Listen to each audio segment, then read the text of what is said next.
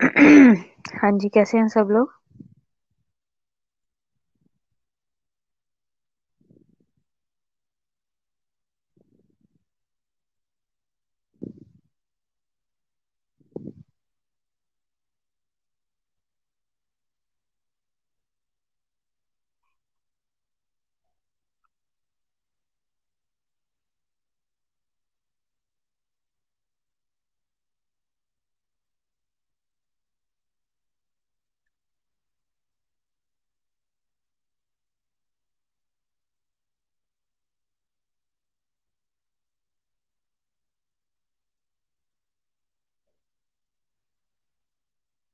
जी, सब लोग ऑनलाइन हो रहे हो, ग्रुप में भी इन्फॉर्म करो। जल्दी से क्लास के लिए ऑनलाइन हो क्योंकि 3 बज गए हैं, टाइम हो गया काफी। हाँ जी, फरहीन कैसी हो। ग्रुप में इन्फॉर्म करो, बाकी लोग भी ऑनलाइन हो। ग्रुप में इन्फॉर्म करो, जल्दी से ऑनलाइन हो, 3 से ऊपर टाइम हो गया।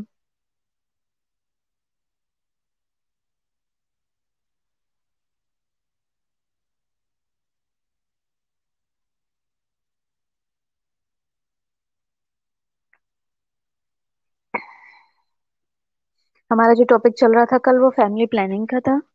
ठीक है, जिन लोगों ने कल क्लास लिया उनको पता होगा।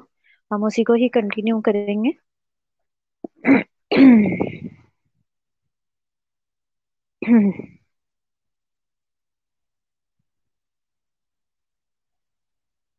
इसमें हमने इसके फैमिली प्लानिंग के हेल्थ बेनिफिट्स हमने देखे थे, बच्चों को, मदर को और फादर को। फिर होल फैमिली का हमने देखा था कि क्या होगा।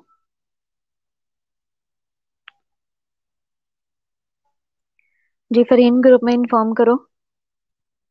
आवाज आ रही है आपको मेरी।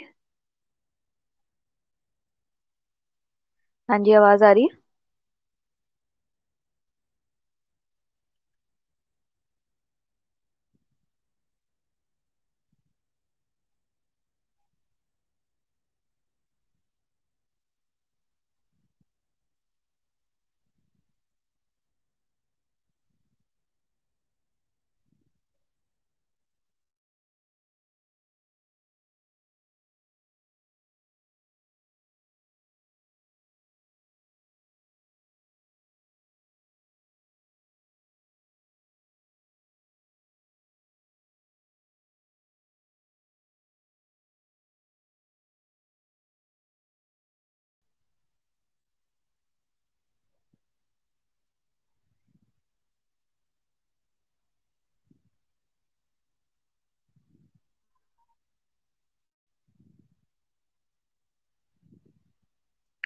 ग्रुप में इन्फॉर्म करो, सब लोग ऑनलाइन हो जाए। अच्छा, बेनिफिट्स इसके होल फैमिली को क्या है। Benefits to whole family health है। Health the family enjoy the better kind of life. जैसे कहते हैं ना कि शुरू से हम सुनते आ रहे हैं, बच्चे दो ही अच्छे, बच्चे दो ही अच्छे, एक मोटो बना हुआ था। एक ये बात बनी हुई थी कि अगर बच्चे दो होंगे, यानी कि जितनी छोटी फैमिली होगी उतने अच्छे से जो पेरेंट्स हैं वो फैमिली की जरूरियात को पूरा कर पाएंगे, रिसोर्सेज अच्छे प्रोवाइड कर पाएंगे। तो ये बेसिकली वो वाली बात है कि थोड़े बच्चे होंगे तो जरूरियात जिंदगी भी अच्छे से हम पूरी कर पाएंगे और बेटर काइंड ऑफ लाइफ भी उनको मिल सकेगी। टाइप्स ऑफ फैमिली प्लानिंग में नेचुरल फैमिली प्लानिंग है। ठीक है, नेचुरल में मैंने आपको बताया था कि क्या क्या चीजें आती हैं। नेचुरल में हमने काफी शेयर किया था, डिस्कस किया था। बैरियर फैमिली प्लानिंग मेथड हमने देखा था, परमानेंट और सर्जिकल मेथड हमने देखा था। अब हमने हमने नेचुरल देखा था, उसमें काफी सारी चीजें हमने डिस्कस की थी, रिलीजियस इश्यूज, ये वो काफी सारी चीजें थी। फिर हमने जो नेचुरल है उसमें रिदम देखा था, बेसल बॉडी टेम्परेचर का हमने देखा था, ओव्यूलेशन देखा था, और काफी सारे ये मेथड्स देखे थे। फिर उनको हमने अलग अलग डिस्कस भी किया था। जैसे कि रिदम मेथड हमने देखा था, रिदम मेथड को कैलेंडर मेथड भी कहा जाता है, rhythm method also called the fertility awareness method. ठीक है,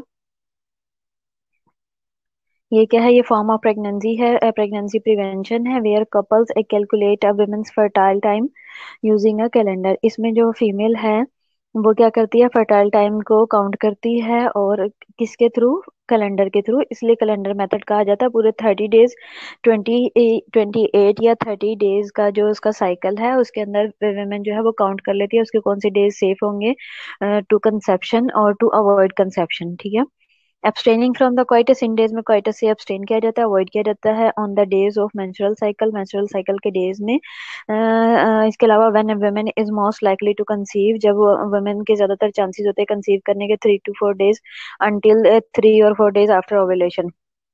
ठीक है। Women keeps a diary of 6 menstrual cycle, women जो है वो 6 मेंस्ट्रुअल साइकिल की एक डायरी बना लेती है। इसके अलावा कैलकुलेट किया जाता है, और कैलकुलेशन में ये सारे डेज हमने देखे थे। हमने डिसएडवांटेज इसके देखे थे कि क्या हो सकते हैं, कि लाइफ स्पेन जो है वो,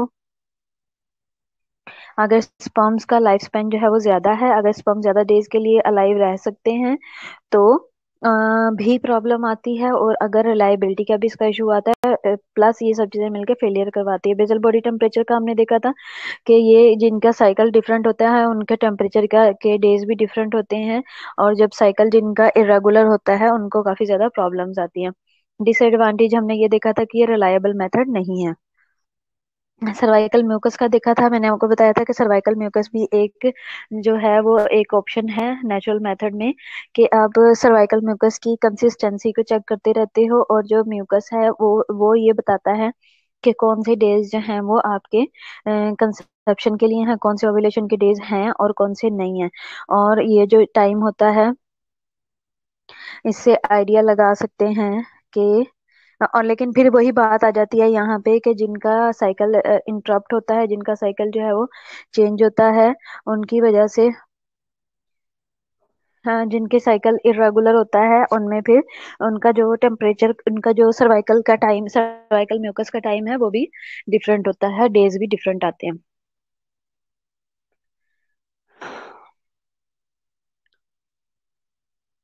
इसका डिसएडवांटेज ये एडवांटेज यही है कि पर्टिकुलरली रिलायबल मेथड ये नहीं है।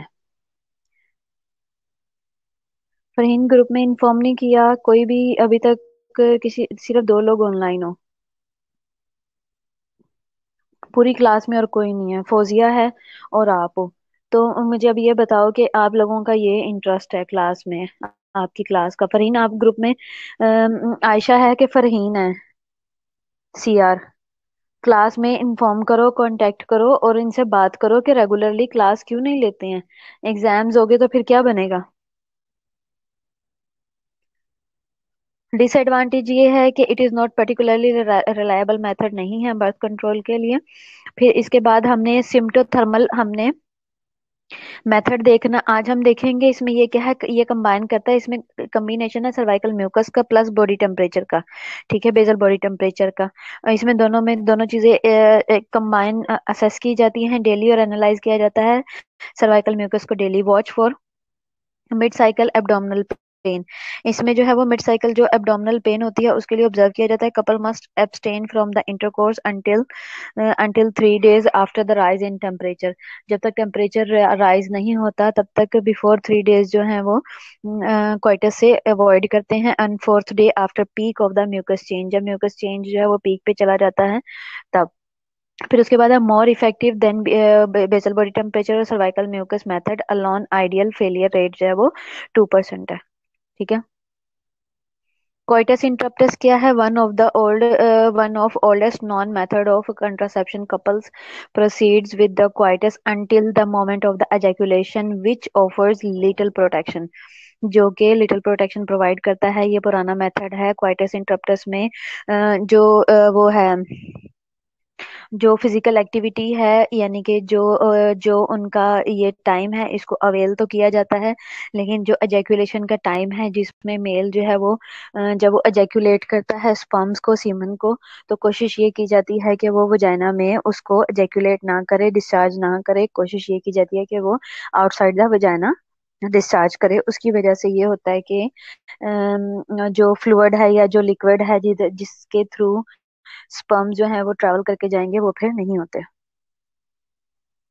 इसी तरह इसका लैक्टेशन एमनोरिया है। लैक्टेशन एमनोरिया वो टाइम है जिसमें जब मदर लैक्टेट करवा रही होती है, फीड करवाती है, ब्रेस्ट फीडिंग चल रही होती है, उस दौरान उसको मेंस्ट्रुअल साइकिल उसका स्टॉप्ड होता है। अगर मेंस्ट्रुअल साइकिल नहीं है तो इट्स मीन कि ओव्यूलेशन भी नहीं होगी, और ओव्यूलेशन नहीं होगी तो कंसेप्शन भी नहीं होगी। बेसिकली इसके बिहाइंड जो है वो ये स्टोरी होती है। The little lactation amenorrhoea method, sorry the lactation amenorrhoea method जो है, जिसे लैम कहा जाता है, is a natural birth control technique है based on the facts that lactation यानी कि ब्रेस्ट मिल्क प्रोडक्शन जो है वो कॉज करवा देती है एमनोरिया को, और इससे लैक ऑफ मेंस्ट्रुएशन हो जाती है, और जब लैक ऑफ मेंस्ट्रुएशन होगी तो प्रेगनेंसी भी प्रोटेक्ट रहेगी और ओव्यूलेशन नहीं होगी, और ओव्यूलेशन ही बेसिकली चाहिए होती है कंसीव कराने के लिए। हाउ इट वर्क्स, ये किस तरह से काम करता है? Breast feeding interferes with the release of the hormone needed to trigger ovulation. Breast feeding जो है वो बेसिकली हेल्प करती है ओव्यूलेट कराने में, बेसिकली इंटरफेयर करती है, ब्रेस्ट फीडिंग इंटरफेयर करती है किसके साथ? रिलीज ऑफ हार्मोन्स के साथ, नीडेड टू ट्रिगर ओव्यूलेशन, जो कि ओव्यूलेशन के लिए हमें चाहिए होते हैं। बेसिकली इसके अंदर जो पिट्यूटरी ग्लैंड है उसका बहुत ज्यादा रोल होता है। तो पिट्यूटरी ग्लैंड जो है वो मैसेज कन्वे करता है जिसकी वजह से ओव्यूलेशन होती है, और अगर वही डिस्टर्ब हो जाए या उसी को प्रॉपर, अगर वही ना ओव्यूलेशन करवाए तो कंसेप्शन नहीं होती। एडवांटेज क्या है? Breast feeding on demand improve health for mother and baby. Breast feeding on demand जो है वो इम्प्रूव कर देती है हेल्थ को मदर और बेबी की, नथिंग टू बाय और यूज।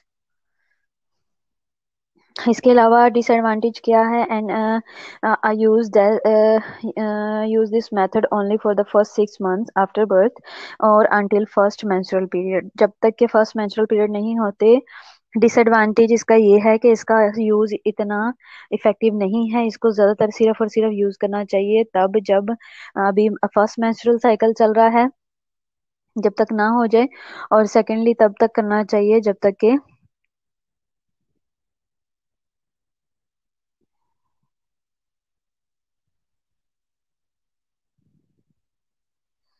जब तक के आफ्टर 6 मंथ करना चाहिए, आफ्टर 6 मंथ ऑफ बर्थ के, और दूसरा until the first menstrual period हो। ठीक है, फिर उसके बाद लैम है, यानी कि lactation amenorrhoea does not provide protection against sexually transmitted infection, जो लेकिन एसटीडीज है उनसे ये प्रोटेक्ट नहीं करता। अगर एमेनोरिया के दौरान सेक्सुअल एक्टिविटी चलती रहे तो उससे जो एसटीडीज वगैरह हैं वो कंट्रोल नहीं होती, वो वैसे ही रहती हैं।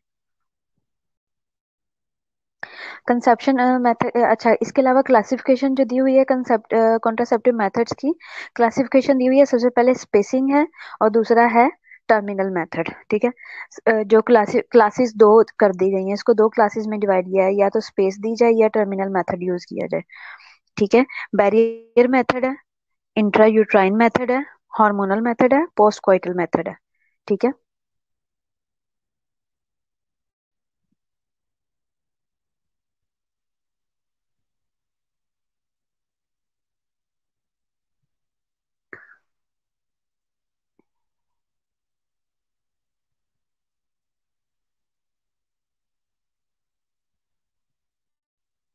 स्पेसिंग मेथड में क्या है? स्पेसिंग मेथड में आगे से इसके फर्दर फोर सब डिवीजन हुई हुई है। एक है बैरियर मेथड, जिसमें स्पेस स्पेस अगर करना चाहते हैं तो बैरियर मेथड का यूज किया जाए। इंट्रा यूट्राइन डिवाइसेस हम यह यूज कर सकते हैं। इसके अलावा हार्मोनल मेथड है और पोस्ट क्वाइटल मेथड है, ये स्पेस के लिए है। ठीक है, बैरियर मेथड क्या है? कॉन्डम यूज किए जाते हैं, मेल और फीमेल के दोनों के कॉन्डम होते हैं। स्पर्मिसाइडल स्पंज वगैरह यूज किए जाते हैं, डायाफ्राम यूज किया जाता है, और सर्वाइकल कैप यूज की जाती है। ये बैरियर है। बेसिकली बैरियर का क्या काम है कि जो मेल और फीमेल की सेक्सुअल सेक्सुअल एक्टिविटी से जो दोनों को जो मेल के जो सीमन है उनका जो ट्रैवल है वजाइना से यूट्रस तक, उसका उसमें इंटरप्ट किया जाए। ठीक है, उनमें बैरियर पैदा किया जाए। बेसिकली जो वो कोशिश होती है वो ये होती है। ठीक है, तो बैरियर बेसिकली इसे कहा जाता है। जो स्पर्मिसाइडल स्पंजेस होते हैं वो भी क्या करते हैं? वो स्पर्म्स को किल कर देते हैं। स्पर्म्स जैसे ही ट्रैवल करते हैं फीमेल के अंदर, मेल से फीमेल में ट्रैवल करने लगते हैं, तो वो उन्हें वहीं पे ही स्टॉप करके उसको वजाइना में ही होल्ड कर लेते हैं। इसी तरह डायाफ्राम है, वो भी ये करता है कि वो अपने अंदर कलेक्ट कर लेता है सारा सीमन। और जो सर्वाइकल कैप होती है, सर्विक्स को क्लोज कर दिया जाता है कैप लगा के, ताकि स्पर्म्स जो है वो ट्रेवल करके अंदर ना जाए, वजाइना तक ही रहें। ठीक है, इसी तरह जो वो है कॉन्डम्स हैं, उसकी उसका भी यही काम है। कॉन्डम के अंदर सारे का सारा स्पर्म, सारे के सारे सीमन जो है वो कलेक्ट हो जाते हैं। ठीक है, इसी तरह जो मेल कॉन्डम्स हैं they are made up of polyurethane के ये बने होते हैं, या फिर लेटेक्स का बना होता है, और सिलिकॉन के भी होते हैं। यूज्ड नाउ आर डे to produce semi dry pre lubricated form में भी ये पाए जाते हैं। ठीक है, फिर उसके बाद इंडिया में और पाकिस्तान में पर्टिकुलरली ब्रांड जो वाइडली मार्केटेड है एज अ निरोध के नाम से आता है या साथी के नाम से आता है। दूसरा स्पर्मिसाइडल कोटेड होता है विद नॉन ऑक्सीनोल और ऑन इनर और आउटर सरफेस पे पाया जाता है ज्यादातर। मेल कॉन्डम है उसकी इस तरह की शेप होती है। ठीक है, डिसएडवांटेज, इसका एडवांटेज क्या है? सिंपल स्पेसिंग मेथड है ये। ठीक है, सिंपल मेथड है, इसका कोई साइड इफेक्ट नहीं है। साइड इफेक्ट इसका होता है, ठीक है, लेकिन रेयर लोगों में पाया जाता है, जिनको किसी जिनको प्लास्टिक से या इलास्टिक से और रबर वगैरह से जिनको एलर्जी होती है उनमें इसके साइड इफेक्ट्स पाए जाते हैं। इजीली अवेलेबल है, सेफ है और इनएक्सपेंसिव है, बहुत कम इसकी कॉस्ट होती है। दूसरा, प्रोटेक्ट करता है अगेंस्ट एसटीडीज। चांसेस होते हैं स्लिप ऑफ के एंड टीयर ऑफ के। ठीक है, नहीं लगेगा और स्पर्म जो है वो ट्रेवल कर सकते हैं। और दूसरा फेलियर रेट जो है वो 16% होता है इसका। इसके अलावा अगर फीमेल कॉन्डम की बात करें, उसकी लेंथ ज्यादा है, सर्विक्स के ऊपर वो चढ़ाया जाता है। इसमें इट इज अ ये पाउच तरह का होता है और मेडअप ऑफ ये भी पॉलीयूरिथेन का बना होता है which lines the vagina and also external genitalia. ठीक है, तो क्या है कि ये वजाइना को पूरी, सॉरी मैंने सर्विक्स बोला था, वजाइना को पूरा ये कवर कर लेता है। और जो है ना उसके एक्सटर्नल एरिया को, एक्सटर्नल जेनिटिलिया जो है उसको ये कवर कर लेता है सारा अच्छे से। फिर उसके बाद it is 17 centimetre in length होता है विद वन फ्लेक्सिबल पॉलीयूरिथेन इसकी रिंग होता है एट ईच एंड। ठीक है, हर एक साइड पे। फिर एडवांटेज इसका ये है, प्रिवेंट करता है एसटीडी से। कॉन्डम्स वगैरह जितने भी हैं वो एसटीडी से प्रिवेंट करते हैं, इंक्लूडिंग एचआईवी से भी और प्लस एड्स से भी। नो डैमेज है बाय ऑयल और अदर केमिकल से, ये डैमेज नहीं होता।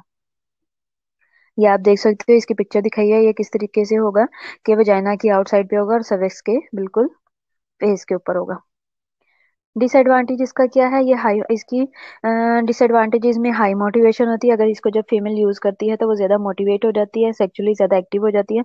Only women who can use diaphragm can use female condom, जिनका एक्सपीरियंस है और वो डायाफ्राम यूज कर लेती हैं, इजीली रख लेती हैं, उसी वो ही सिर्फ इसको यूज कर पाएंगी, हर एक नहीं कर सकती क्योंकि इसके लिए एक प्रॉपर प्रैक्टिस चाहिए।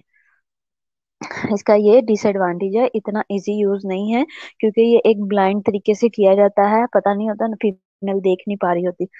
अच्छा, दूसरा क्या है? ये स्लिपेज अक्कर होती है इसमें, स्लिप होने के चांसेस बहुत ज्यादा होते हैं कॉन्डम के। और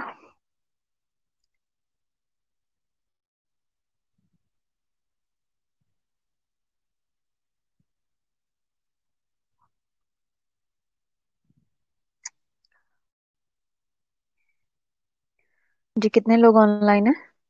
फरहीन और फौजिया ही चल रही है।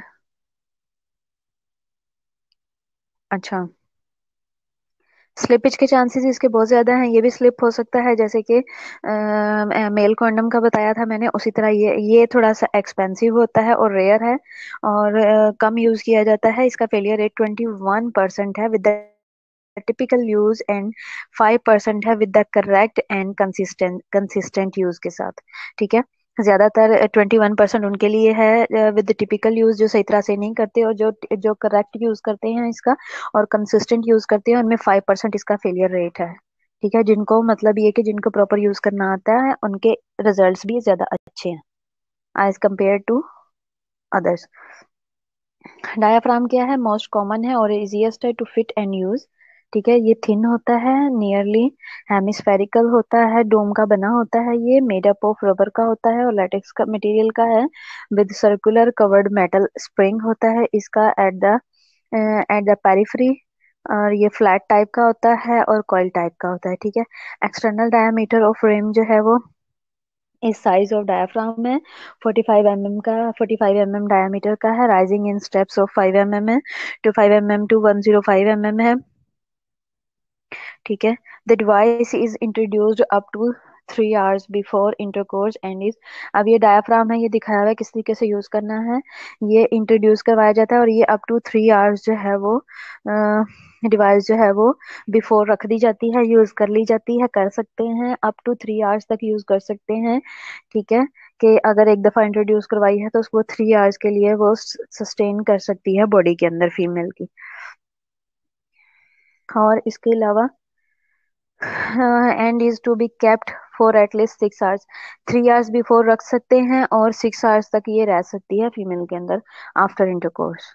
ठीक है, फिर उसके एडवांटेज इसका क्या है, ये चीप है और no gross medical side effect है इसका। फिर उसके बाद control of pregnancy in hand of women है, कि वो उसने किस तरीके से उसको यूज किया। रीजनेबली सेफ है व्हेन प्रॉपरली यूज्ड, अगर प्रॉपर यूज की जाए तो ये रीजनेबल भी है और सेफ भी है। दूसरा, ये प्रिवेंट करती है स्प्रेड ऑफ एसटीडी से through less effective than condom. ठीक है,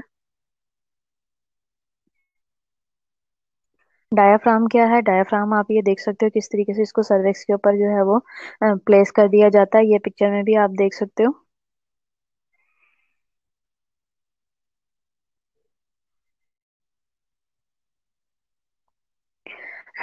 इसका डिसएडवांटेज ये है, इसके लिए हेल्प चाहिए होती है, हेल्प ऑफ डॉक्टर चाहिए होती है to measure the size required है, नीड हाई मोटिवेशन इसके लिए चाहिए होती है। और एलर्जिक रिएक्शन टू रबर कुछ लोगों को होता है, कुछ को एलर्जन के चांसेस ज्यादा होते हैं और यूटीआई के भी चांसेस होते हैं। ठीक है, स्पर्मिसाइडल्स क्या है, स्पर्मिसाइडल स्प्रेज होते हैं, क्रीम्स होती हैं, जेल्स होती हैं। ये अवेलेबल होती है एज विजाइना फॉर्म की सूरत में, जेल्स में, क्रीम्स में, टैबलेट्स में और स्पोस्ट्रीज की सूरत में भी ये पाई जाती हैं। बेसिकली स्पर्मिसाइड्स क्या करते हैं कि ये स्पर्म्स को किल करते हैं। कंटेन सुपर सफी सर्फेक्टेंट लाइक नॉन ऑक्सिनोल 9 के नाम से और बेंजालिकोनियम के नाम से, क्लोराइड के नाम से होते हैं। ठीक है, alter the sperm surface, surface को स्पर्म की सरफेस को चेंज कर देते हैं, मेम्ब्रेन को चेंज कर देते हैं। और permeability resulting in killing of sperm.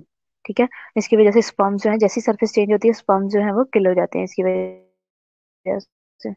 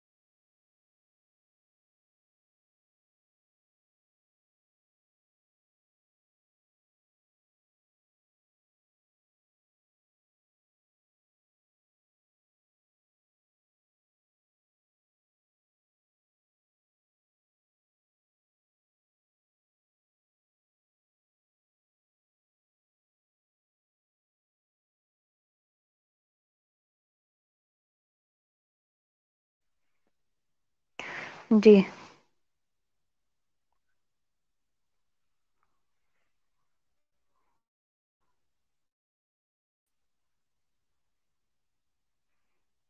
इसी तरह स्पर्मिसाइड्स क्रीम्स हैं, जेल्स हैं, स्प्रेज वगैरह हैं जो यूज़ किए जाते हैं और वो क्या करते हैं कि जो स्पर्म्स हैं उनकी सरफेस को और मेम्ब्रेन को चेंज कर देते हैं, म्यूटेशन करा देते हैं, जिसकी वजह से स्पर्म्स की इफेक्टिविटी कम हो जाती है। और वो मूवमेंट और ये सारी चीज़ें वो भी किल कर देते हैं स्पर्म्स को, परमेबिलिटी के जो है ना वो भी उससे डिस्टर्ब हो जाती है। एडवांटेज इसका क्या है, नॉन इंस्ट्रक्शन, इसके लिए non instructions by the doctor और नर्सिस, इसके लिए इंस्ट्रक्शंस की जरूरत नहीं होती, इजीली अवेलेबल होती है और इजी टू यूज होती है, no gross medical side effect है इसका। ठीक है, एडवांटेज इसका है फेलियर रेट हाई है व्हेन यूज्ड अलोन, जब अकेला यूज किया जाए तो फिर फेलियर के चांसेस ज्यादा हैं, कॉम्बिनेशन में यूज होगा।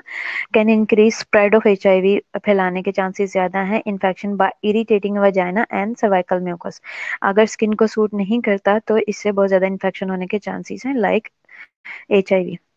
फेलियर रेट इसका 21% है with the typical use, and 6% है उनके लिए जो कि रूटीन में यूज करते हैं। द स्पर्म इज अ, ये क्या है, ये जैसे डोनट कह लो या डूश टाइप का बना होता है, ये डोनट टाइप का कह लो कि उस तरह का बना होता है, इसके अंदर होल सा होता है। ये क्या है, ये वजाइनल कॉन्ट्रासेप्टिव स्पंज है। ये क्या है, डोनट की शेप का बना होता है, जैसे डोनट होते हैं, ठीक है।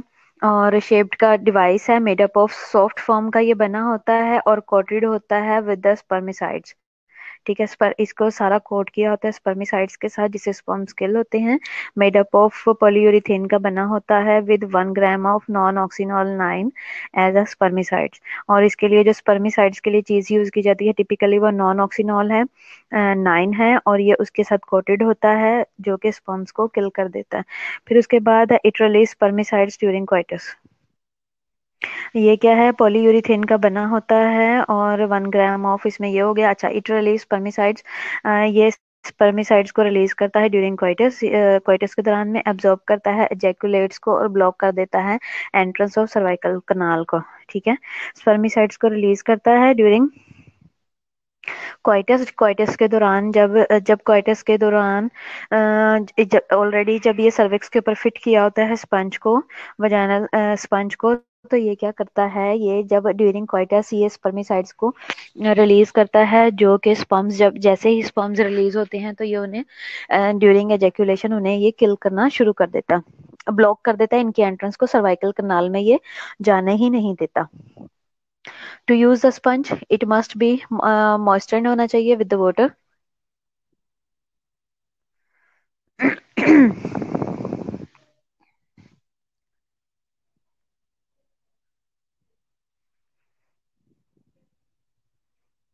जब आपने स्पंज यूज करना है, it must be moistured with the water, इसको आपने पानी से गीला कर लेना है। Once inserted in the vagina, जब एक दफा एंटर कर दिया, इट कवर्स द सर्विक्स, ये सर्विक्स को कवर कर देता है, and blocks sperms from the entering the uterus, ये जाने ही नहीं देता यूट्रस में। इसके डिसएडवांटेज क्या है, मे गेट ब्रोकन, ये ब्रोक हो टूट सकता है, डिफिकल्ट इसका रिमूवल हो सकता है, हाई प्रेगनेंसी रेट हो सकता है, एलर्जिक रिएक्शन हो सकता है, वजाइना को ड्राई कर देता है, सोरनेस भी कर सकता है, मे डैमेज वजाइनल एपिथेलियम को भी ये डैमेज कर सकता है, increase the risk of HIV transmission. इसके अलावा इंट्रायूट्राइन डिवाइसेस हैं, आईयूडीज हैं, वो आपने देखा हुआ है कि आईयूडीज जो है वो यूज की जाती हैं, जैसे कि क्या क्या हैं आईयूडीज, क्या क्या हैं, इंट्रायूट्राइन डिवाइसेस कौन कौन सी हैं? हाँ जी, इंट्रायूट्राइन डिवाइसेस कौन कौन सी हैं?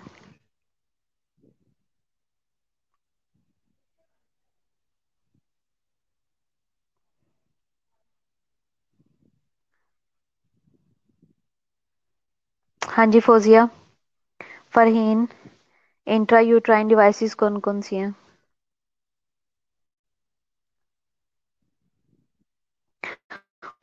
कॉपर्टी है, ठीक है, और कॉपर्टी है, ठीक है, और सिर्फ कॉपर्टी है?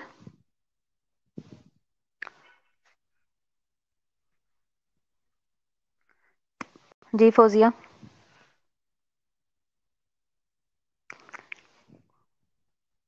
जी, और कौन सी डिवाइस है? शाहिदा कॉपर्टी है। हम्म, थोड़ा ध्यान दो, थोड़ा सा फोर्थ ईयर की तरफ जाओ, याद करो और क्या क्या चीजें यूज होती हैं जो गायनी वाले हैं, गायनी वाले हैं। मल्टी लोड्स हैं, ओके, और और जी, पार्टिसिपेट करो।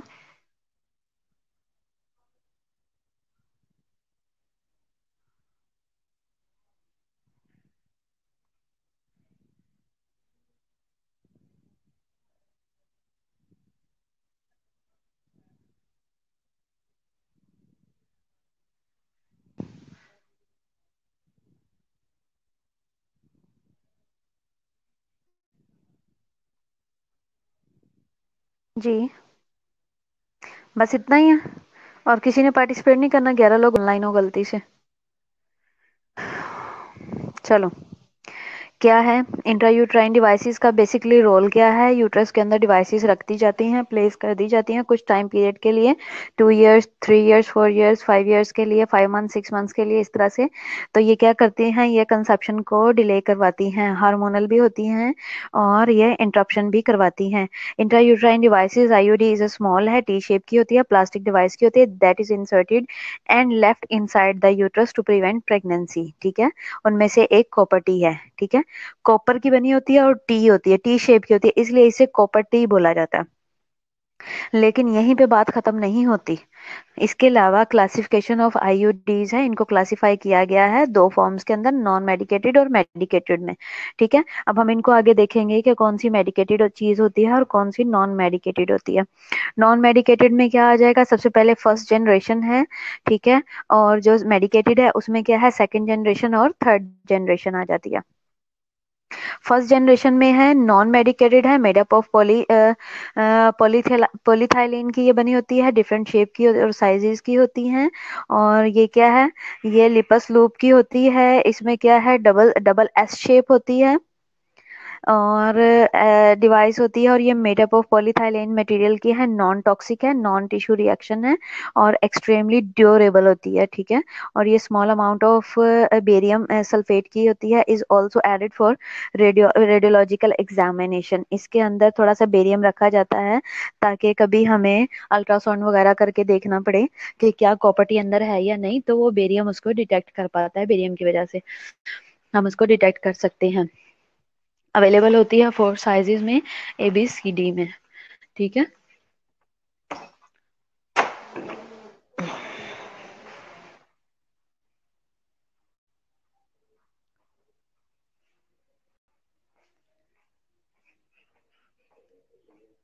कब फारिग होना है?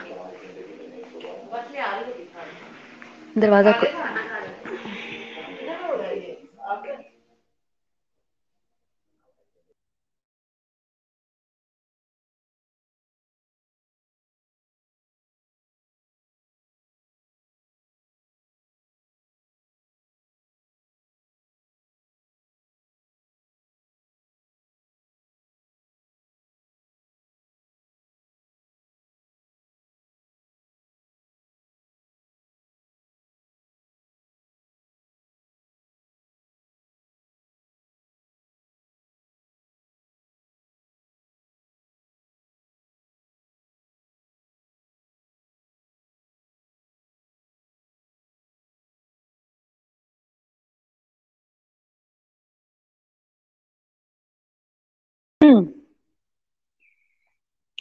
सेकंड जनरेशन जो है वो मेडअप ऑफ मेटल की होती है, कॉपर की बनी होती है, और ये अर्लियर डिवाइसेस में से है। इसमें इसमें कॉपर 7 आता है और T200 आता है। न्यूअर डिवाइसेस में T कॉपर है और 220 CT कॉपर है और 380 3800 भी आती है इसके अंदर।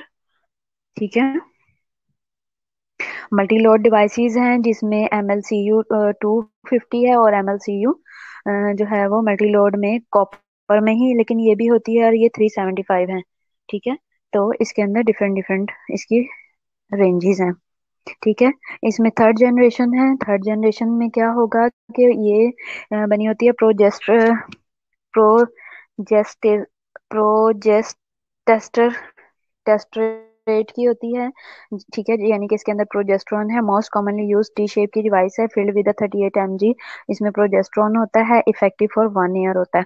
इसके अलावा LNG जो है ये मायरिना जो है ये लिवेनोजेस्ट्रेल की होती है, रिलीजिंग इंट्रायूट्राइन डिवाइस है और is a form of birth control है, that is indicated for intrauterine contraception है for up to 5 years है and release 2 microgram of क्या है लिवानोजेस्ट्रॉल ये रिलीज करती है। ये 5 years तक चलती है, इफेक्टिव है फॉर 5 years।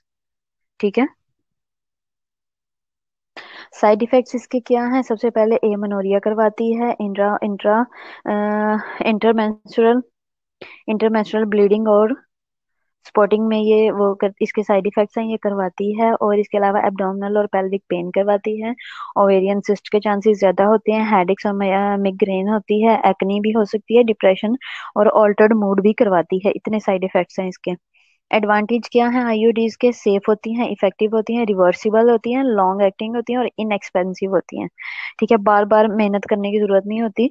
जब एक दफा प्रॉपर्टी रख दी है तो उसके बाद वो रूटीन में अपनी एक्टिविटी, सेक्सुअल एक्टिविटी भी और रूटीन एक्टिविटी भी कंटिन्यू कर सकते हैं। डेली की तरह कुछ भी चीजें यूज करने की जरूरत नहीं है और डेली के डेली खर्चा करने की भी इसके लिए जरूरत नहीं है, डेली या रूटीन में। इसके अलावा डिसएडवांटेज इसके क्या है? वो तो एडवांटेज से डिसएडवांटेज है। हैवी ब्लीडिंग और पेन हो सकती है, पेल्विक इंफ्लेमेटरी डिजीजेस भी हो सकती हैं, एक्टोपिक प्रेगनेंसी होने के भी चांसेस हैं, और may occur out accidental if not properly inserted. अगर प्रॉपर नहीं तो डिले होने के भी चांसेस हैं, एक्सीडेंटल आउट होने के भी चांसेस हैं। कॉन्ट्राइंडिकेशन में क्या है? हिस्ट्री ऑफ पीआईडी है। हिस्ट्री होती है पेल्विक इन्फ्लेमेटरी डिजीज की, एबनॉर्मल शेप्ड यूट्रस की। कॉन्ट्राइंडिकेशन कब कब है? जब किसी को पीआईडी रहता है, एबनॉर्मल एबनॉर्मल शेप्ड यूट्रस है तब, एक्टोपिक प्रेगनेंसी की हिस्ट्री हो तब कॉन्ट्राइंडिकेटेड है, या मेनोरेजिया जिसको बहुत, जिन लोगों को बहुत स्वेयर पेन होती है, मेंस्ट्रुअल पेन होती है, उनको भी ये यूज नहीं करवाना।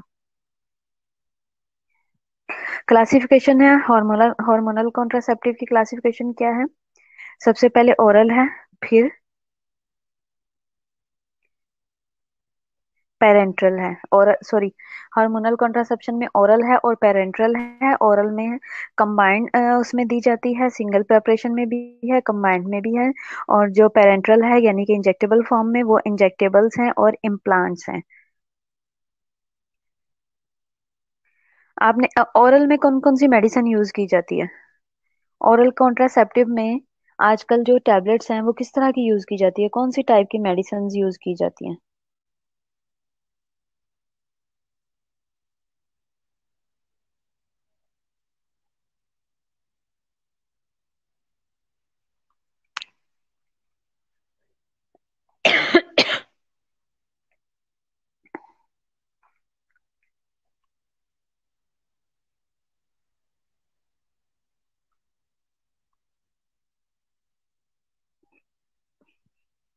हाँ, प्रेमोलेट एंड बड़ा अजीब सा इसका नाम है। हाँ, ये यूज की जाती है।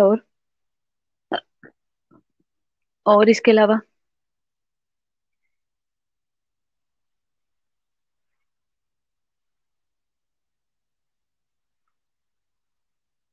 और फैमिला 28, हाँ जी बिल्कुल ठीक है, ये यूज होती है और गुड। और इसके अलावा ओरल कॉन्ट्रासेप्टिव क्या है? कॉम्बिनेशन का क्या मतलब होगा? एक कंबाइंड में है और एक सिंगल में है। कंबाइंड का मतलब क्या होगा? कंबाइंड कौन सी वाली होगी?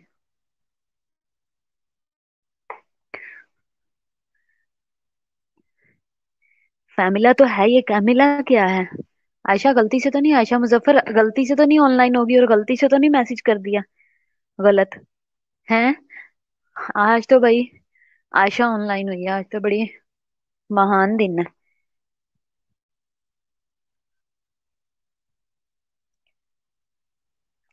हाँ, फैमिला 28 है, ठीक है। और कॉम्बिनेशन का क्या मतलब है? कॉम्बिनेशन का क्या मतलब है? एक है सिंगल, ठीक है, सिंगल प्रेपरेशन।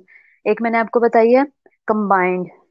कंबाइंड में कौन कौन से हार्मोन्स होंगे और सिंगल में कौन सा हार्मोन होगा? ठीक है, ठीक है आयशा। अच्छा, कंबाइंड कौन सा होगा और सिंगल फॉर्मूला क्या होगा?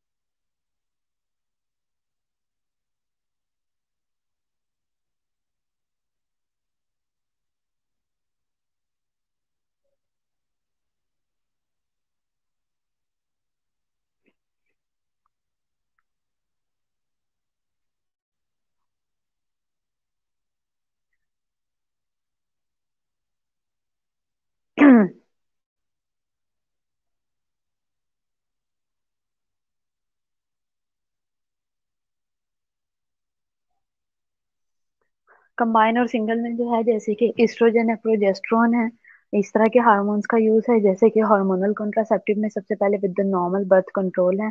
अ woman takes hormone similar to those her body makes naturally. ठीक है, कॉम्बिनेशन में होते हैं हार्मोन बर्थ कंट्रोल जो है। वुमेन वो हार्मोन्स लेती है जो कि उसी से सिमिलर होते हैं, जो कि उनकी बॉडी नेचुरली प्रोड्यूस करती है। Hormonal contraceptives are mostly for female sex steroids होते हैं। ओरल कॉन्ट्रासेप्टिव में क्या आती है? कंबाइंड ओरल कॉन्ट्रासेप्टिव पिल्स में है कॉमनली यूज प्रोजेस्ट्रॉन इसके लिए यूज किया जाता है। और आर आइदर लिवेन इसमें लिवोनोजेस्ट्रॉल होता है इसके अलावा, या नॉर्थी स्टीरॉन इसके लिए यूज करते हैं, या एस्ट्रोजेंस होते हैं। आर एथाइल एथाइडोल के नाम से होता है, या मेंस्ट्राडोल के नाम से होता है। ये कंबाइन है। साइड इफेक्ट्स में इसके डिजीनेस होती है, नोजिया है, वेट गेन है, हेडेक है, ब्रेस्ट टेंडरनेस है, वजाइनल इन्फेक्शन है, माइल्ड हाइपरटेंशन है, और डिप्रेशन है, और इंक्रीज ब्लड क्लॉटिंग है।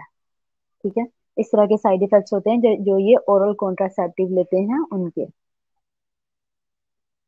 और ये नॉर्मल है इस तरह के साइड इफेक्ट्स होना।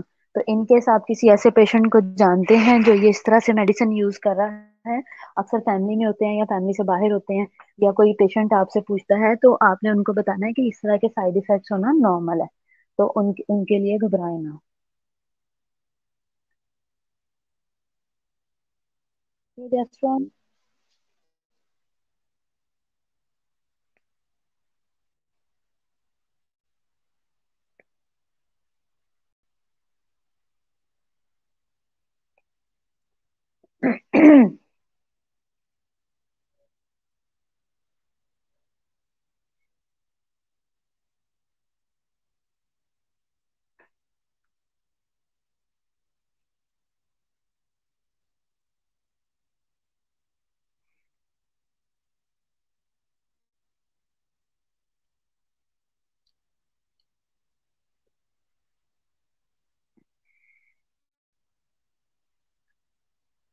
प्रोजेस्टेरोन ओनली पिल्स भी होती हैं, जैसे ऑल्सो नोन एज मिनी पिल के नाम से होती है।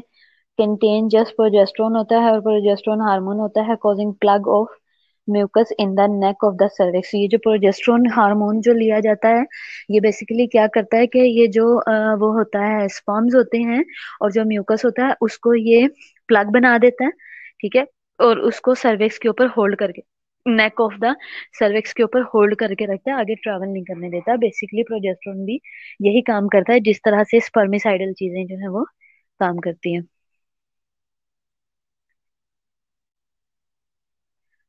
इसके अलावा डेपो वगैरह है, और इसके अलावा नोरी स्ट्रेट के नाम से है। ठीक है, ये हम कल पढ़ेंगे, और अभी आप लोग अपनी अटेंडेंस लगवा लो।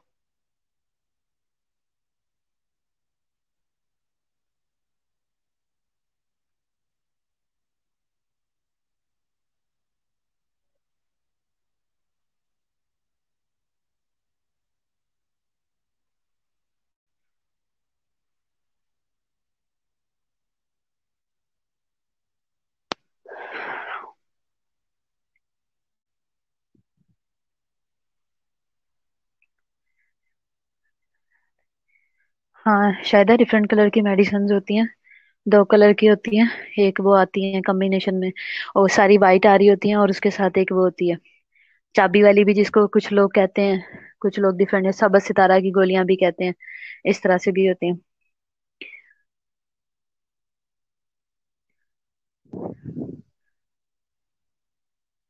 प्रोजेस्टेरोन ओनली पिल्स भी हो गया है।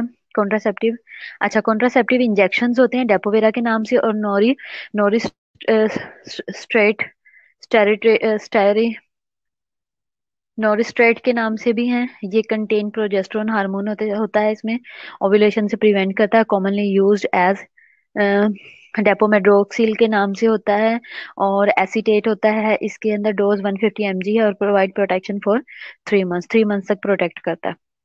फर्दर हम इसकी कुछ इम्प्लांट्स वगैरह हैं, ये हम देखेंगे। अभी फिलहाल आप लोग अपनी अटेंडेंस लगवा लो। ठीक है।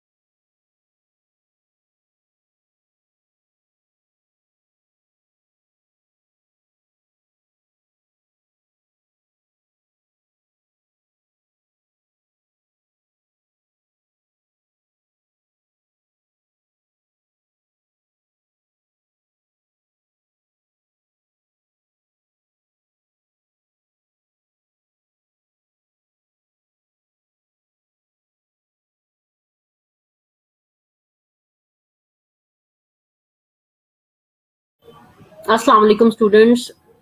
Post RN, are you there? I think this is the lecture of your previous class, which have been still uploaded. मेरी आवाज आ रही है आप सबको?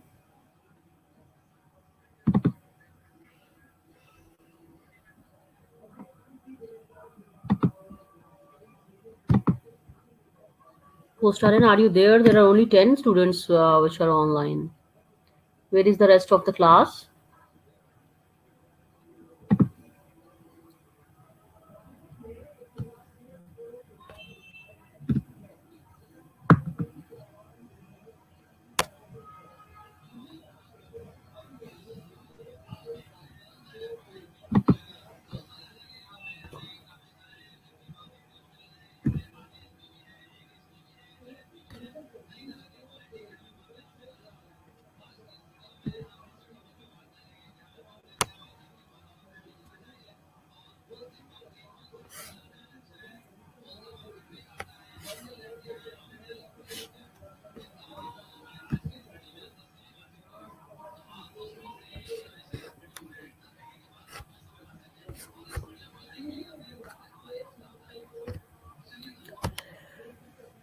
Okay, Mariam Zafar, कैसे हैं आप सब लोग? I hope you all will be fine.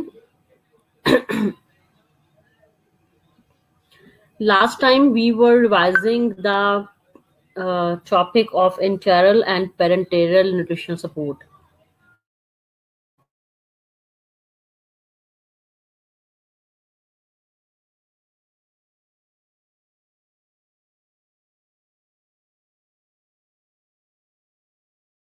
My previous lecture that I may take the test in your next class of the enteral and parenteral nutrition. So have you studied or not?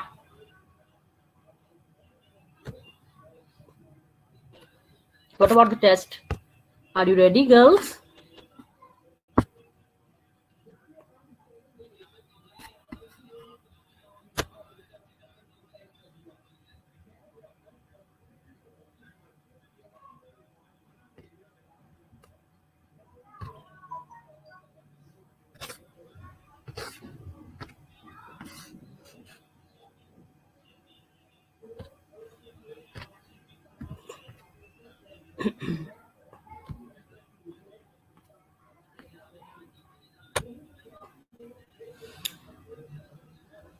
Okay, it means I may take the test. ले सकती हूँ test, इसका मतलब तुम लोगों ने अगर तैयारी की है तो उसमें जितनी उसमें आई थिंक लास्ट 4 और 5 स्लाइड्स हैव बीन लेफ्ट. बाकी हमने कर लिया था. सिर्फ जो है ना कुछ पेरेंटल न्यूट्रिशन की मुझे लगता है कि स्लाइड्स जो थी वो रह गई थी, जो कि होपफुली हम आज जो है ना उसको कंप्लीट कर लेंगे. So just give me 5 minutes, I am uploading the lecture.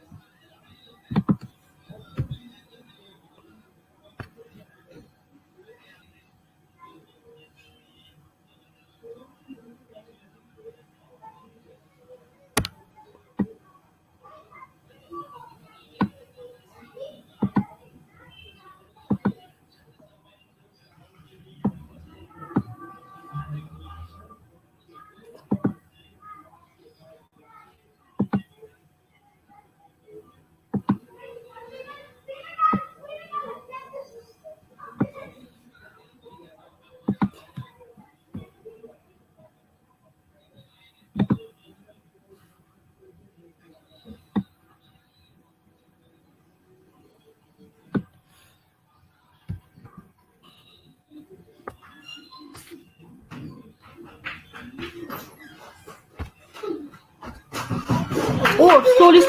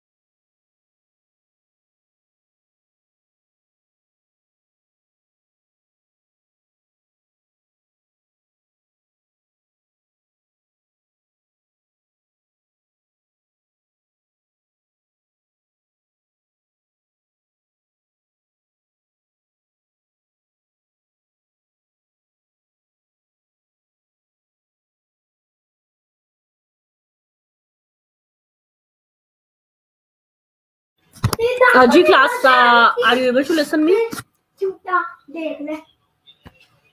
I think we have covered all the things, and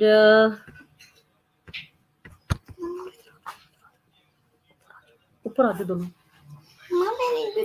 No problem.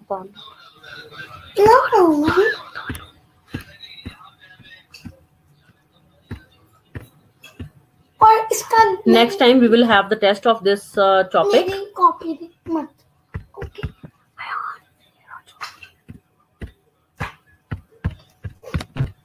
Yeah.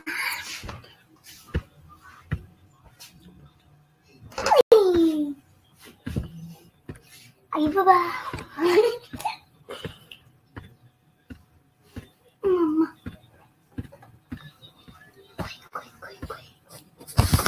Ano ba ito?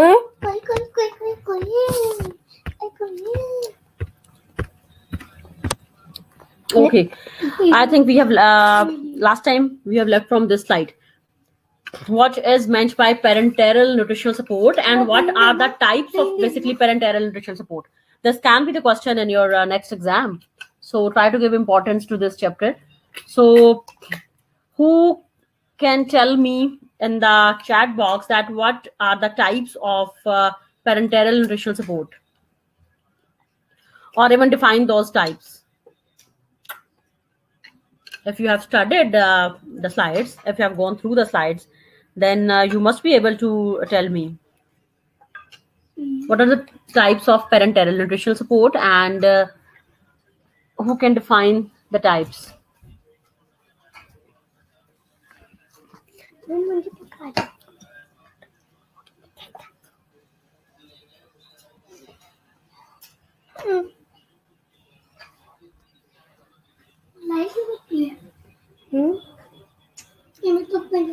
जी कौन कर रहा है डिफाइन? कोई भी नहीं. You are loser.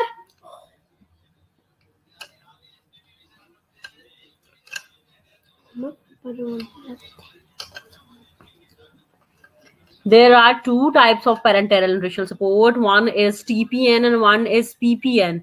One is total parenteral nutrition, another is peripheral parenteral nutrition.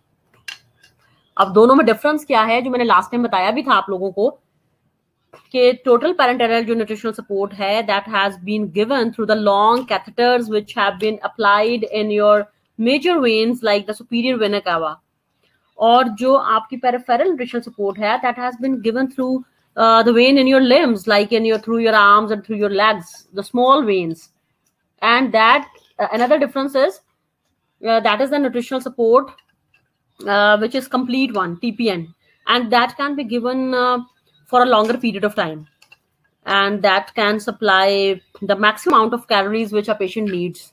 But the peripheral nutritional support is limited as far as the duration is concerned, because it has been given for only 10 days, and it cannot supply the whole nutrients required by the patient. There may be some additional support which can be given to the patient. So these are the basically two important differences between the TPN and PPN, and all of you must know about this. You can even write it. ठीक है, जो differences हैं. आपके छुट्टी को कितने साल हो गए?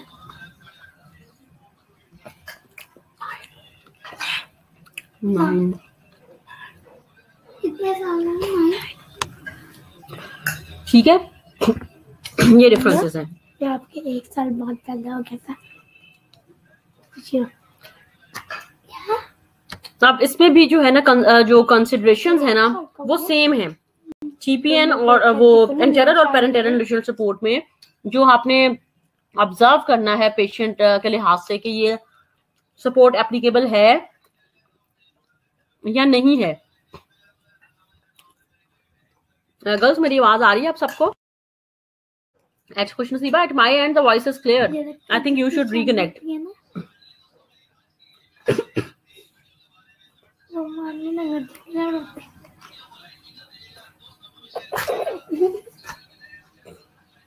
जी क्लास मेरी आवाज आ रही है आप सबको? फरहीन, फौजिया अख्तर.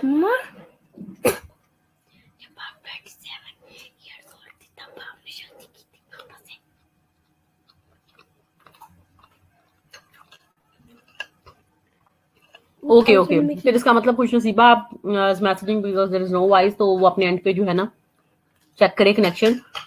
अच्छा जी, तो कंसिडरेशंस जो है ना दैट वुड बी सेम, कि एप्लीकेबल है पेशेंट के लिए न्यूट्रिशनल सपोर्ट के नहीं, वो टॉलरेट भी कर सकता है कि नहीं, फिर उसकी जो है ना रेडियोग्राफिक कंफर्मेशन से उसकी जो साइट जो लोकेशन है to insert the catheters, definitely there are some specialist who determine the location. जो हम रेडियोग्राफिकल लोकेशंस डिटरमिन करते हैं वो दोनों में एंटेरियर और पेरेंटेरियल न्यूट्रिशनल सपोर्ट भी सेम होगी। पेशेंट का टॉलरेंस लेवल चेक करने के लिए जो टेस्ट हैं वो भी सेम होंगे।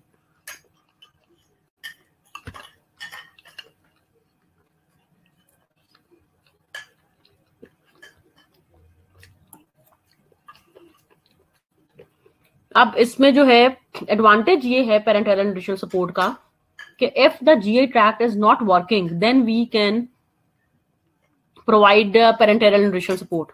एंड सेकंड थिंग इज कि even if the intestine is damaged or impaired and even 2 to 3 feet of small intestine is left, then at that time also we can give the parenteral nutritional support. So these are the basically two advantages of parenteral nutrition over the enteral nutritional support. और इसके साथ चीनी मिल जाएगी, कितनी सी मिली?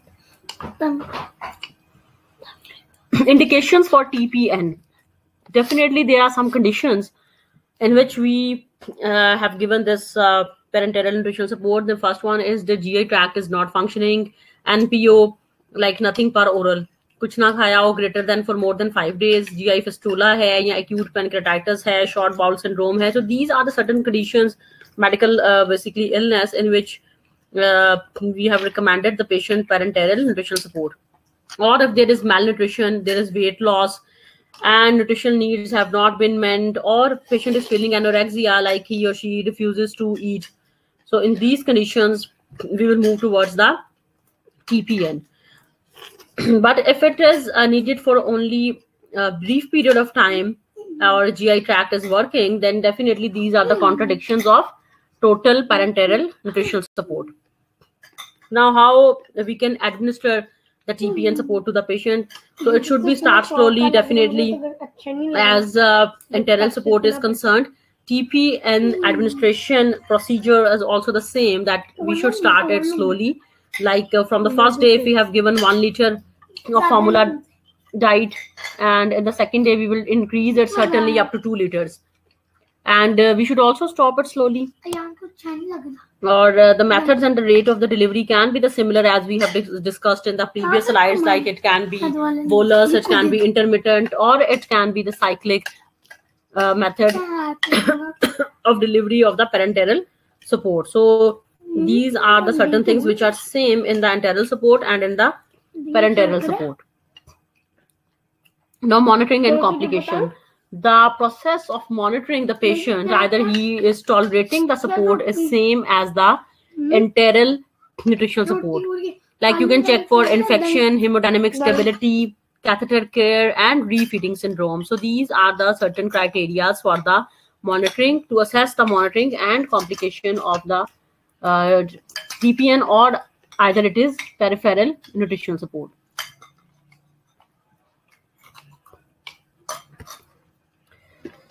Now in the complication, these are the 4 complications which you should memorize. और जो refeeding syndrome है ना, इसकी अलग से भी एक definition लिखी हुई है, ठीक है, और इसमें जो है ना 4 इसके important symptoms हैं, ठीक है, या इसकी characteristics हैं जो हम सब आप सबको basically जो है ना याद होनी चाहिए. The first one is hypophosphatemia. It means low levels of the phosphate in the blood concentration of the patient. Refeeding syndrome has been identified with the 4 different characteristics. The one is hypophosphatemia. Second one is hyperglycemia, which is an increase of the sugar level. Third one is the fluid retention or the edema. And the fourth one is the cardiac arrest. So these are the basically 4 features which describe the refeeding syndrome, and refeeding syndrome is one of the complication of total parenteral nutritional support. इसमें patient को जो है ना हाइपोफॉस्फेटीमिया हो सकता है, hyperglycaemia हो सकता है, फ्लूइड रिटेंशन हो सकती है, ठीक है, इसके लिए यहाँ कार्डियक अरेस्ट भी हो सकता है. So this is definitely along with the benefits, there are certain complications of the tube feeding or the parenteral nutritional support.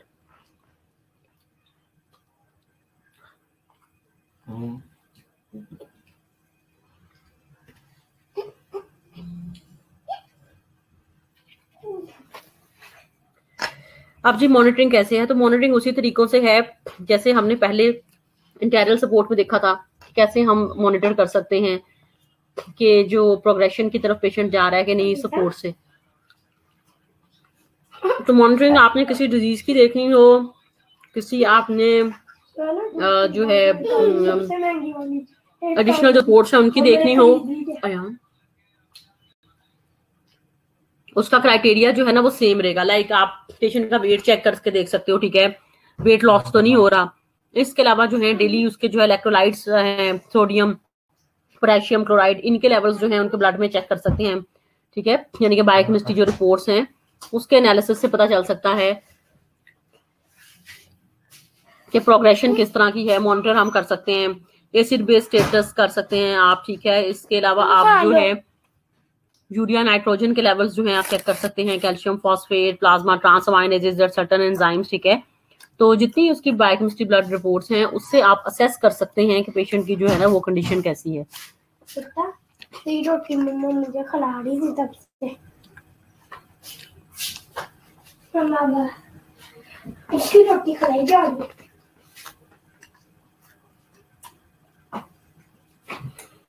इसके अलावा जो है जी अमोनिया, मैग्नीशियम, ठीक है, इनमें से आप 5-6 आपको मेरे ख्याल पता ही होंगे, हीमोग्लोबिन, प्रोथ्रोम्बिन टाइम, ट्राइग्लिसराइड्स, ठीक है, इन सब के जो है ना लेवल्स एनालिसिस से, बायोकेमिस्ट्री रिपोर्ट से हम असेस कर सकते हैं पेशेंट की condition.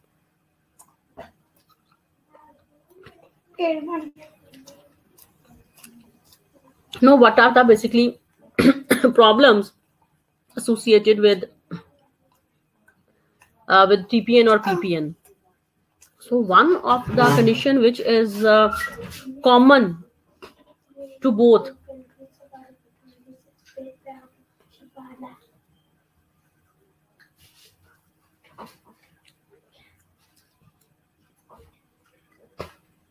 so one of the common thing is site irritation.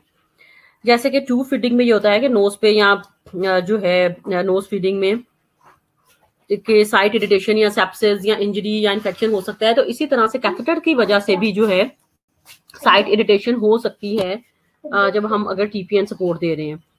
Catheter sepsis हो सकती है, प्लेसमेंट प्रॉब्लम्स हो सकती हैं, साइट का वो जो कैथेटर है इट कैन माइग्रेट, ठीक है. इसके अलावा इन्फेक्शन भी कॉज कर सकते हैं कैथेटर, और मेटाबॉलिक जो है प्रॉब्लम्स वो भी हो सकती हैं due to parenteral nutrition support.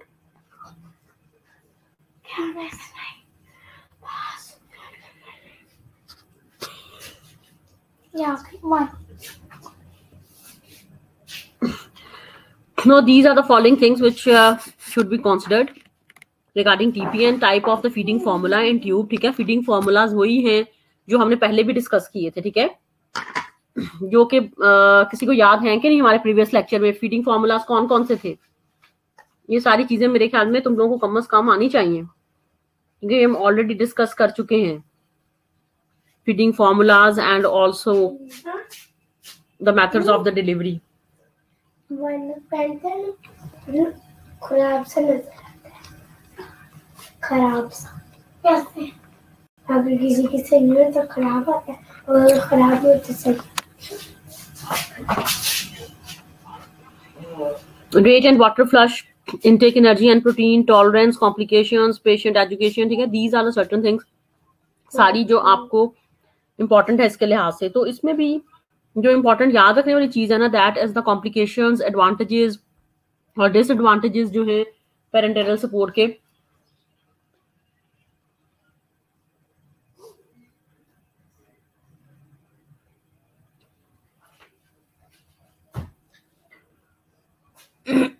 ये वो सारी चीजें हैं जो आपने माइंड में रखनी है. So this was about the basically enteral and parenteral nutritional support. ये मैंने ऑलरेडी जो है ना कट करके ही तुम लोग को शॉर्ट करके स्लाइड्स सेंड की हैं.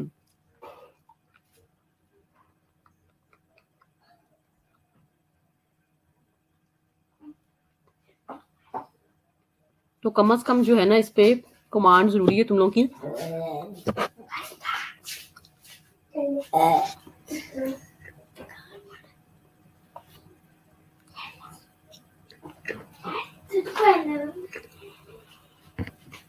अब इसके बारे में अगर कोई भी चीज है जो कि क्लियर नहीं है तो सिंपली तुम लोग जो है ना पूछ सकते हो।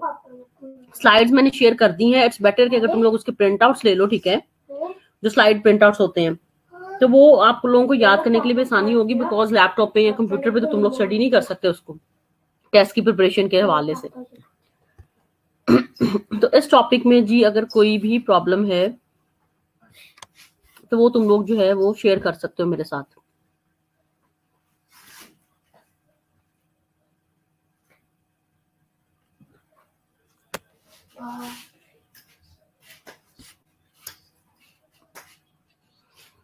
If there any questions you are more than welcome. तो उसके बाद मैं फिर तुम लोग की अटेंडेंस लूंगी, ठीक है। नेक्स्ट टाइम जो है ना हम इस जो कि हमारा आई थिंक थर्सडे को लेक्चर है, उसमें हम इसका टेस्ट जो है ना वो रखेंगे, enteral and parenteral nutritional support का, ठीक है। I will upload the test, you have to attempt it on the paper and send me to the WhatsApp group.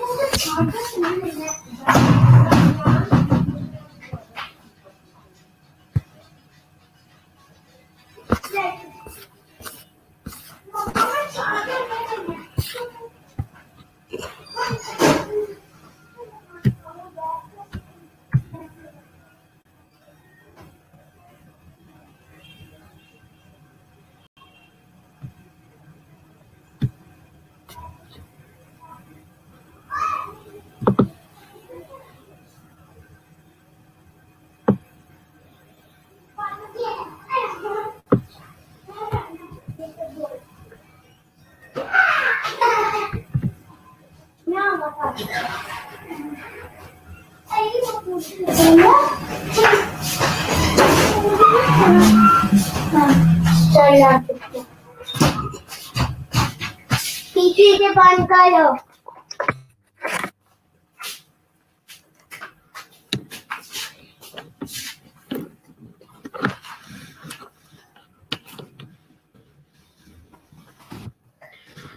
अच्छा, इसके अलावा अगर न्यूट्रिशन के किसी और चैप्टर में भी तुम लोगों को कोई प्रॉब्लम हो तो हम जो है उसको भी डिस्कस जो है ना कर सकते हैं, पेरेंट एरर। और अदरवाइज तुम लोगों का जो सिलेबस है ना that is almost covered, we have done with the chapter.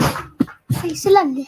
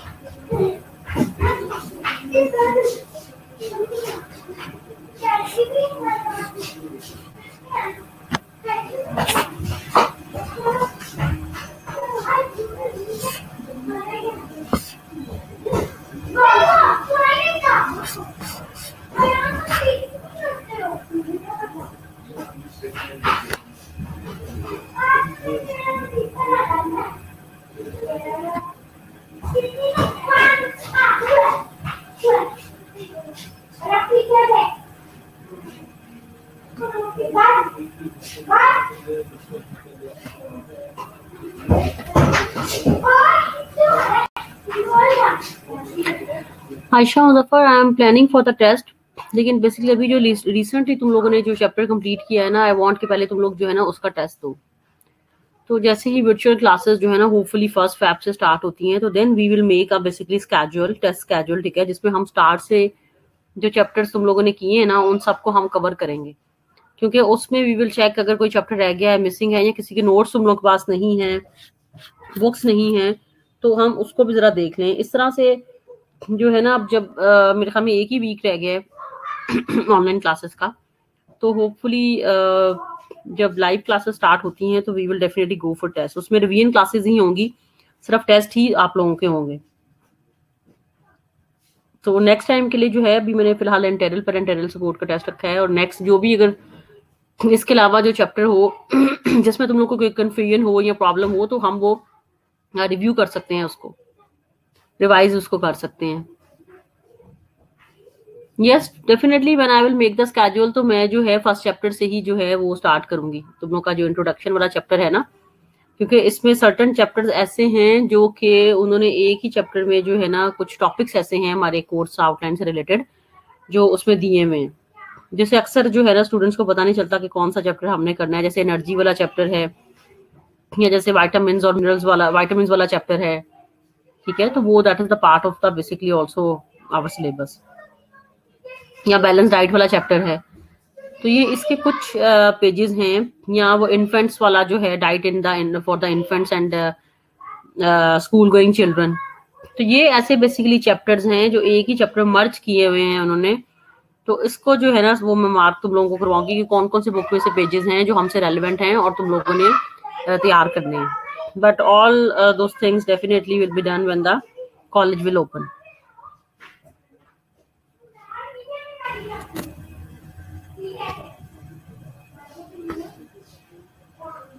और भी तुम लोग के कंसर्न्स हो तो वो तुम लोग पूछ सकते हो, मैं ऑनलाइन ही हूँ, और after some time I will take your attendance.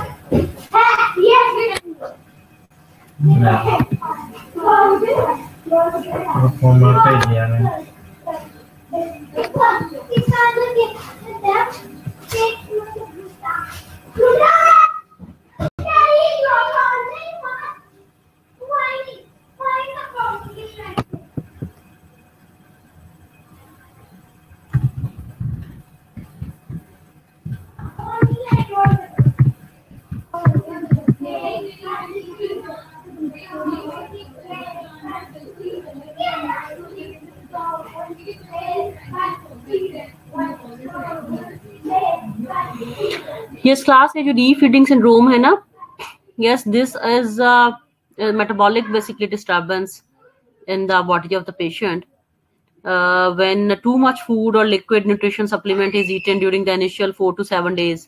ठीक है, अगर किसी को मेल न्यूट्रिशन है और बहुत ज्यादा आप उसे फूड या लिक्विड और सप्लीमेंट फूड ज्यादा हम उसको दे रहे हैं, ठीक है, तो उसकी बॉडी में जो है ना ग्लाइकोजन, फैट और प्रोटीन्स की ज्यादा प्रोडक्शन हो जाती है, ठीक है। तो इस प्रोडक्शन की वजह से जो है ना उसके सीरम जो इलेक्ट्रोलाइट्स है ना वो लो होना शुरू हो जाते हैं, उनकी कंसंट्रेशन, ठीक है। जब there is increase amount of glycogen fats in the cells of the body of patient, तो इसकी वजह से जो उसका इलेक्ट्रोलाइटिक जो सीरम की जो ब्लड कंसंट्रेशन है ना, पोटेशियम की, मैग्नीशियम की, फास्फोरस की, वो लो होने शुरू हो जाती है। तो this is basically re-feeding syndrome. This is the process of reintroducing the food after the malnourishment or after the starvation.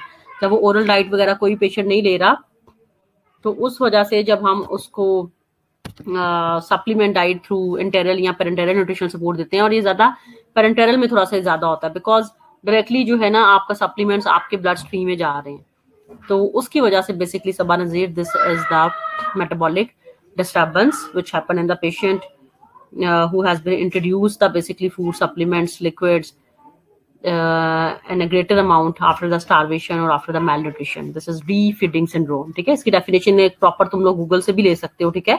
इसमें तो सिर्फ उसकी 4 फीचर्स लिखे हुए ना कि री-फीडिंग सिंड्रोम में होता क्या है, बट इसकी एक पूरी कंप्लीट जो है अब डेफिनेशन वो तुम सबको आनी चाहिए कि what is meant by refeeding syndrome, ठीक है। चाहे इसको भी गूगल कर लो, तो एक मेटाबॉलिक डिस्टर्बेंस है, चाहे जो मैंने बोला है वो लिख लो, ठीक है, बोथ आर करेक्ट। तो ये आपको जो है ना इसकी डेफिनेशन लाजमी आनी चाहिए री-फीडिंग सिंड्रोम की।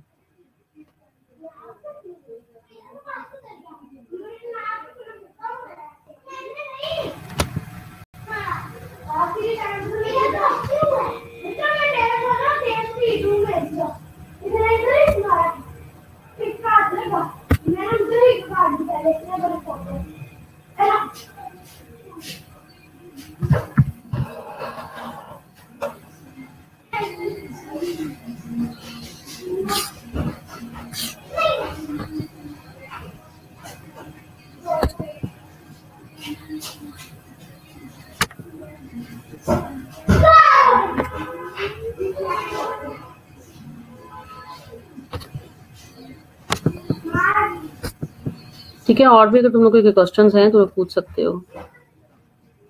Is it clear Saba Nazir, refeeding syndrome?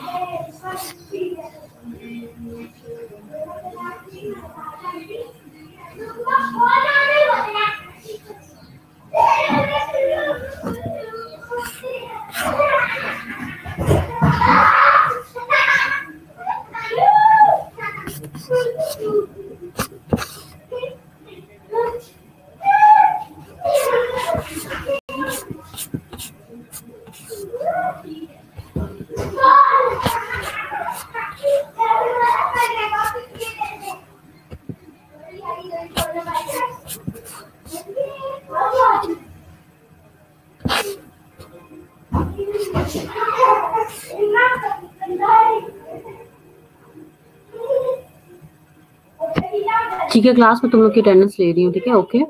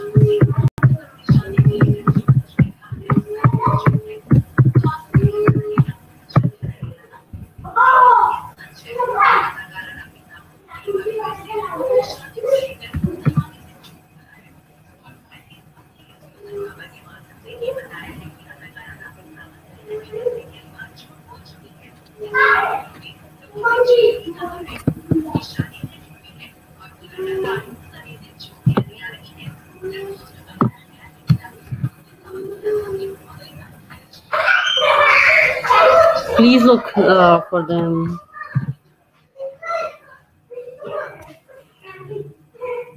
Okay, class, I have taken your attendance. ठीक है. तो नेक्स्ट टाइम जी हम इसका जो है ना टेस्ट ले रहे हैं इस चैप्टर का.